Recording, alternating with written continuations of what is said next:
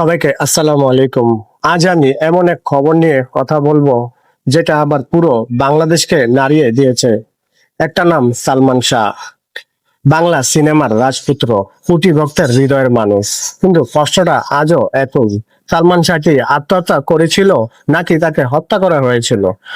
1996 সালের 6 সেপ্টেম্বর সকালবেলা ঢাকায় তার ফ্ল্যাটে ফ্যানের সঙ্গে ঝুলন্ত অবস্থায় পাওয়া যায় সালমান শাহর মরদেহ।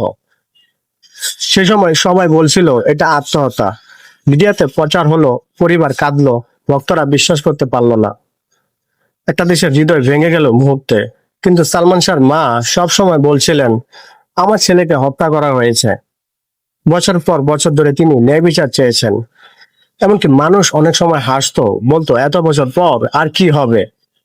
কিন্তু দেখো, সত্য কখনো মরে না।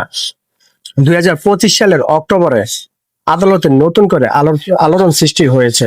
এই মামলার এখন বলা হচ্ছে সালমান শাহর মৃত্যু আত্মহত্যা নয়, বরং পরিকল্পিত হত্যা হতে পারে।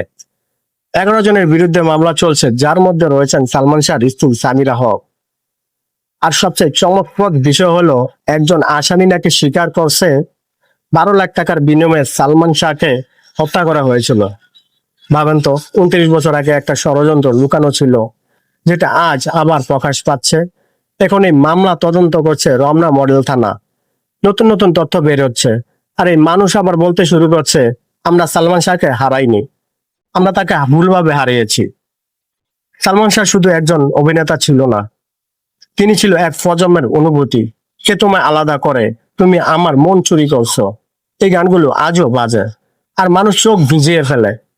কিন্তু ভাবেন তো ভাই, যে মানুষ কোটি মানুষের মুখে হাসি ফুটিয়েছিল, সে নিজেই যদি ষড়যন্ত্রের শিকার হয়, তাহলে সেটা শুধু তার নয়, পুরো দেশের জন্য এক লজ্জা।